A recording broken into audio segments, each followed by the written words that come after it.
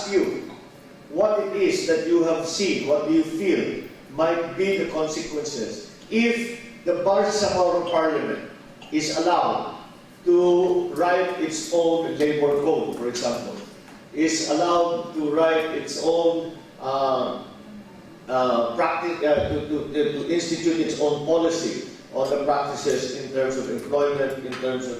But again, what will be the effect on not only employers, but what will be the effect to their businesses? Because there has been a great deal of discussion about the fact that in the Bangsamoro Basic Law, they allow the Bangsamoro Parliament to override some of the laws that have been passed by Congress. Now, this cannot be allowed to happen simply because no legislative body in the country can be equal to Congress. Para natin sinabi na yung sangguniang panlalawigan, gagawin nila yung batas nila kahit na hindi sumusunod sa batas ng Pilipinas. So every local government can write their own labor code, can write their own administrative code, can write their own tax code, the family law, etc., etc. So that is one of the main arguments. That's one of the main concerns that we have.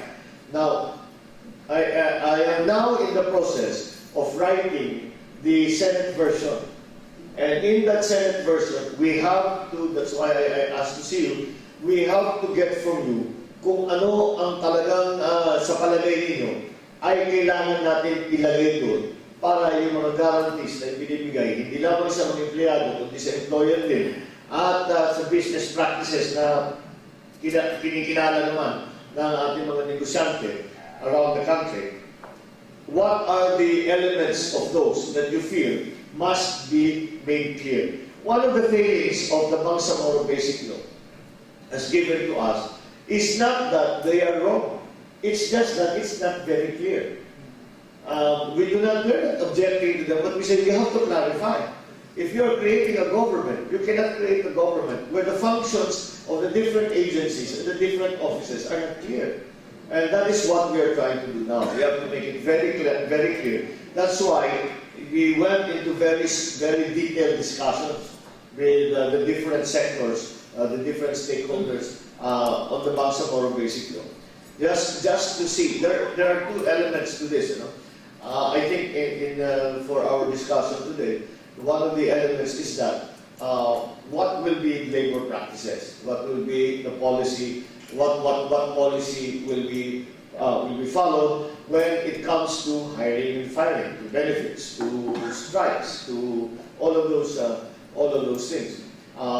Will the areas around Bangsamoro, if you have employees that are working within the Bangsamoro, can you have the same practices, can you have the same policy, can you have the same rules for them as you have for those that are working outside of Bangsamoro? That is one aspect. The other aspect of this is that how do you feel considering that the proposal in the Bangsamoro Basic Law is that that they will administer all the lands, all the waters, and they have defined it. Will this have an effect on your business? We have heard several. We have heard several local government executives. But now I think it's time to those who are actually running those businesses to tell me what is it that you think we should include in the final version of the Bangsamoro Law so that these businesses are not adversely affected. Kung makatulong, why not? Pero if adversely affected, well, this is something we have to guard against. The livelihood of our people, the livelihood of the business operations of the existing organizations, corporations, partnerships, whatever. Those in your view, I would like to hear from you. What is it that you think we will have to safeguard against? Because there is a fear. Siyempre maraming nag-aalakan na baka naman ang gagawin ng MILF pagpasok nila sa pagtutusin gobyerno, tatanggalin lahat, MILF na lang yung papalit nila. Pare-pareho ang iniisip natin. But there is an element of that. Kaya nung nakita namin yung provision na lahat ng labor policy will be created by the Bangsamoro government, MILF kahit na sinasabi nilang Bangsamoro, hindi kasama Tausug, hindi kasama MNLF, hindi kasama IPs, basta MILF na ang pinag-uusapan. And in fact, it is actually written into the law that the Transition Commission will have to be dominated by the MILF. Alam naman natin, the Transition Commission will be the holdover government after the plebiscite is conducted.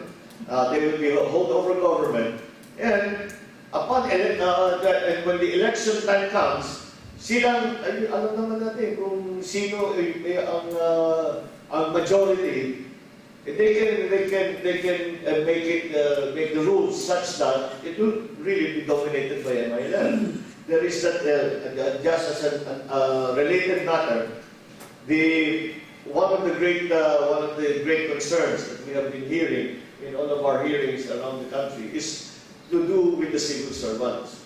Now, the reason is the first act of the Transition Commission is to abolish ARM and abolish all its offices. So what will happen to the employees? There are 26,000 civil servants in ARM. Anong mangyayari sa kanila? And when we asked OPAC and the Transition Commission, they said, early retirement na lang natin. At tapos paano early retirement? Meron silang benepisyo makukuha. And after that, we will retrain and retool them to put them in positions in private practice, in private sector. So, 26,000, how will you put next 26,000? Unemployment rate natin, mapakataas. So we are not able to give them any kinds of guarantees. So that is something that we have to do. I only mentioned this because there is a fear they will do the same to the private sector, not only in the public sector. So yung mga safeguards that you are enjoying now, which of those do you feel might be threatened? And you tell me what it is what you consider to be priority issues, so that we can study and make sure that when we write the Bangsamoro law, that these are included, so as to give you continuing protection of the employers, the employees, the businesses, when it comes to the conduct of the operation of business in and around Bangsamoro. Because it's not sufficient that we talk about what happens within Bangsamoro. Inevitably, like for example, we were in Jensan and Zamboanga, fishing industry. Pag ginawang Bangsamoro, sinasabi sa batas na Bangsamoro law, the Bangsamoro waters will extend this far, may definition sila. But sinasabi nga ng tiga Jensan at saka tiga Zamboanga, diyan kami nangingisda. Doon sila kukunin gagawin nilang Bangsamoro water. So ano mangyayari dun sa industriya namin? So these are the kind of things that have been arising. And I would be very interested to hear from all of you as to what you think would be necessary in terms of guarantees, some safeguards within the law, so that hindi naman masira ang inyong mga hanapbuhay, hindi naman masira ang hanapbuhay ng inyong mga empleyado, hindi naman mawala ang pinaghirapan ninyo over so many years. So that you have built up industries, you have built up sectors, you have built up your own businesses. We cannot allow that those businesses will just suddenly disappear because of the change in government, the change in policy, and the change in law. I do not mean to be an alarmist, but I will just in the Bangsamoro, for example, you are business people. All of you deal with banks. The Bangsamoro government will take over all the supervision of all banking in Bangsamoro. which is, first of all, it is unconstitutional because the Constitution says it's only the PSP who can do that. But never mind, assuming that this is argued that it is constitutional, what will the effect of that be? Ang problema kasi, mabuti kung nailagay nila ang policy doon sa batas, na sabihin na isusundan namin ito, gagawa kami ng bago para makapagplano. Ako, I always say, ang negosyante, for those of us in government, I always say, you know, sabihin mo na lang na aakyat, bababa, ang interest, whatever, para makaplano sila. All businessmen want to know is what is the policy so that we can plan our business planning. Usually 5, 10, 15 years ang planning dyan. So you have to be able to plan. You want stability. Kahit hindi idea, kahit hindi yung policy, hindi yung gusto ninyo, at least alam ninyo. And the problem here that we have in Bangsamoro, there are so many parts of it that are so unclear.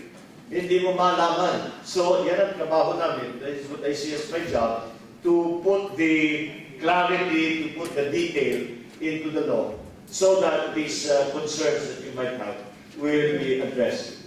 So, again, I do not want to frighten you. I am just saying that this is the job that we have in front of us. And I want to assure all of you that the reason that I have taken such a strong stand, especially in terms of minamadali, no changes, etc., is simply because what is given to us as a Bangsamoro Basic Law is so unclear. Hindi maliwanag kung ano ba talaga ang mangyayari. And this is something that we need to discuss in great detail because it is the livelihood of many people that will be affected. So let me maybe ask anyone who has something to add, to suggest. We will see. I will take note of them and I will put that in the discussion that we will have when we are writing the Senate version. So. Peoples in various ethnicities, religions, cultures, etc., under one democracy, the Philippines, seems to be under assault. We've begun with the ARMM. In fact, there's already a Cordillera Autonomous Region. Now there is the ARMM. And here we are supplanting the ARMM with an even more how do you put it? We have ceded it seems that we are ceding even more of our powers as a sovereign nation, sovereign government, to a group based on religion. Now, so what is next? Are we not? For us, the whole question, I think, is it really necessary? Is it wise? And thirdly, is it constitutional? As you pointed out, and I think many of us know, it seems to be full of inconsistencies with our Constitution. First of all, the separation of church and state. We are going to create a law system, a court system, a judicial system within the BBA that is under the Sharia law covering Muslims, supposed to be. So what happens to the Christians that are currently covered under the old system? Under the existing judicial system. So what if there are two parties contending and one is a Christian and one is a Muslim? Which court do you go to? For us, especially in business, we make transactions. I mean, across all of these distinctions. No? So when we do business in places like Cotabato, etc.,